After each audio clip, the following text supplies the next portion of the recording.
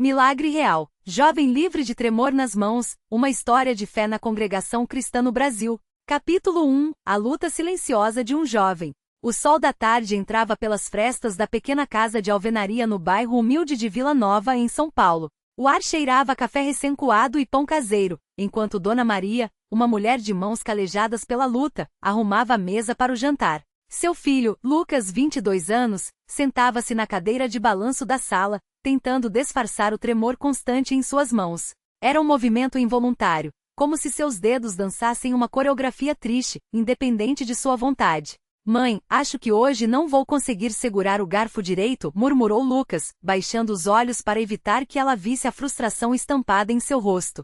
Dona Maria suspirou, colocando a mão no ombro do filho com um gesto que misturava carinho e dor. Filho, Deus não nos dá um fardo que não possamos carregar. Vamos orar mais uma vez, como sempre fazemos. Mas Lucas já não acreditava tanto assim. Há 3 anos, desde que os primeiros tremores apareceram, ele havia passado por médicos, exames e remédios que só aliviavam por algumas horas. O diagnóstico era claro: tremor essencial, uma condição neurológica sem cura. Os médicos disseram que com o tempo pioraria. E estava piorando. Naquela noite, enquanto a família se reunia para a ceia, Lucas tentou cortar um pedaço de frango. A faca escorregou de suas mãos, caindo no prato com um barulho metálico. Seu pai, seu João, um homem de poucas palavras mas de fé inabalável, olhou para o filho com olhos cheios de compaixão. Amanhã é domingo, Lucas. Vamos à congregação.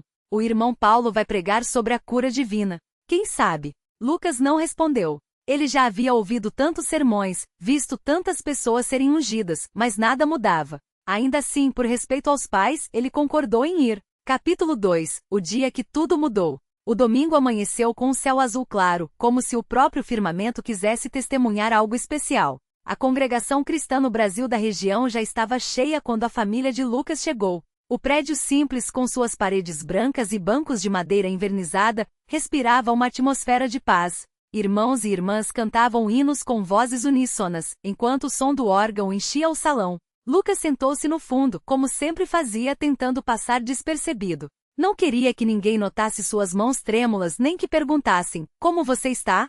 Com aquele olhar de pena que ele tanto detestava. Mas Deus tinha outros planos. O irmão Paulo, um homem de barba grisalha e voz firme, subiu ao púlpito.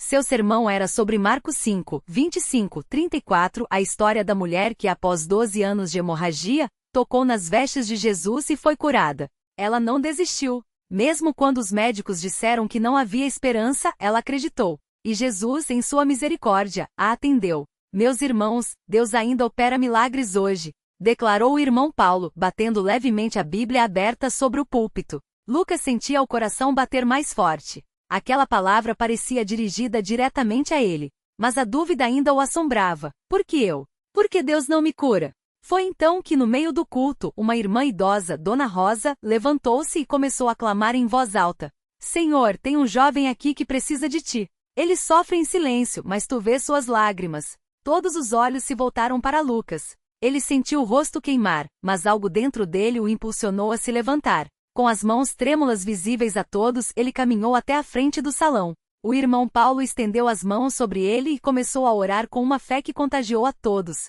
Pai Celestial, tu que saraste os leprosos, abristes os olhos dos cegos e fizeste o coxo andar, olha para este teu filho. Remove este tremor, Senhor, e dá-lhe um testemunho de tua glória.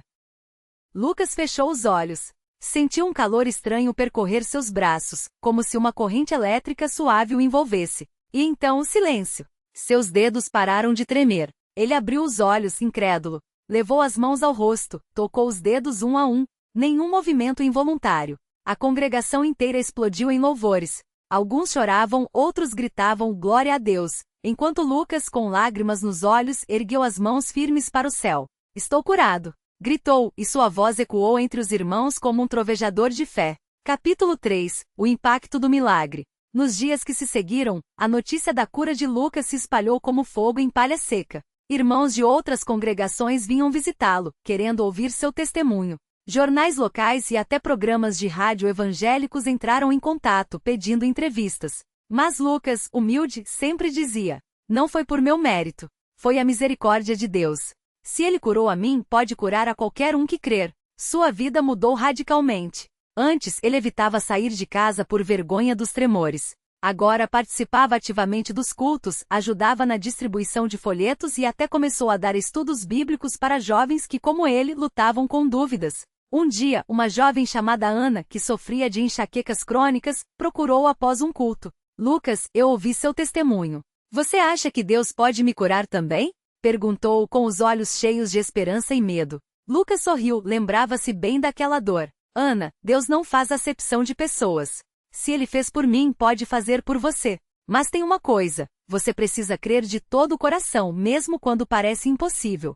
E assim, naquela mesma semana, durante uma reunião de oração, Ana também recebeu sua cura. Capítulo 4. A vida na congregação, detalhes do cotidiano de fé. A congregação cristã no Brasil não era apenas um lugar de cultos dominicais. Era uma família. E como em qualquer família havia alegrias, desafios, aprendizados e muito amor. As reuniões de oração nas casas. Toda quarta-feira, as irmãs se reuniam na casa de Dona Rosa para orar. O cheiro de café com leite e bolinhos de chuva enchia a sala enquanto elas compartilhavam suas necessidades. Irmã Clara, como está sua neta? Perguntou Dona Maria enquanto passava o prato de bolinhos. Ah, irmã, ela ainda não aceitou o Senhor. Mas estou orando todos os dias, respondeu Clara com um suspiro. Deus ouve, irmã. Lembra do Lucas? Ele também já duvidou, mas hoje é um testemunho vivo. E assim, entre orações e lágrimas, elas intercediam umas pelas outras. Os jovens e os desafios da fé. Lucas agora fazia parte do grupo de jovens da congregação. Toda sexta-feira, eles se reuniam para estudar a Bíblia e planejar atividades. Mas nem tudo eram rosas. Gente, e se a gente fizer um culto jovem no parque? Sugeriu Marcos, um dos líderes. Mas e se os caras da rua começarem a zoar a gente? Questionou Tiago, sempre desconfiado. Lucas, que antes seria o primeiro a duvidar, agora respondia com firmeza. Se Deus é por nós, quem será contra nós? Se eles zoarem, que zoem. Nós vamos louvar de qualquer jeito. E foi assim que no sábado seguinte, eles montaram um pequeno palanque no parque com violões e vozes unidas cantando, Quão grande és tu. Alguns curiosos pararam para ouvir. Uma senhora emocionada aproximou-se. Meus filhos, faz anos que não vou à igreja. Mas hoje, ouvindo vocês, senti saudade de Deus. As visitas aos enfermos. A congregação tinha um ministério de visitas aos irmãos doentes ou idosos. Lucas, agora livre de seus tremores, sentia um chamado especial para isso. Um dia ele e o irmão Paulo visitaram o seu Antônio, o irmão de 85 anos, acamado há meses. Irmão Antônio, como você está se sentindo? Perguntou Lucas, segurando a mão frágil do velho. Ah, meu filho, já estou pronto para ir. Mas peço a Deus que me dê forças para ver mais um culto antes de partir. Eles oraram juntos. E para surpresa de todos, no domingo seguinte, seu Antônio, apoiado em sua bengala, apareceu na congregação. Os irmãos choraram de emoção. Capítulo 5. A provação que fortaleceu a fé. Nem tudo foi fácil após a cura. Satanás, inimigo da nossa alma, não gosta de ver vidas transformadas. Certo dia, Lucas começou a sentir uma dor forte nas costas. Os médicos disseram que era uma hérnia de disco e que ele precisaria de cirurgia. Deus, por quê? Eu pensei que tu me havia curado de verdade. Clamou Lucas em sua cama com lágrimas nos olhos. Dona Maria, sentada ao seu lado, segurou sua mão. Filho, a cura dos tremores foi um milagre. Mas isso não significa que não passaremos por provações. Lembra de Jó? Deus permite, mas ele está no controle. Naquela noite, a congregação toda se reuniu para orar por Lucas. O irmão Paulo impôs as mãos sobre ele e clamou. Senhor, se esta dor tem um propósito, dá forças a Lucas para suportá-la. Mas se for da tua vontade, cura-o novamente para a tua glória. 3 dias depois, Lucas acordou sem dor. Os exames mostravam que a hérnia havia desaparecido.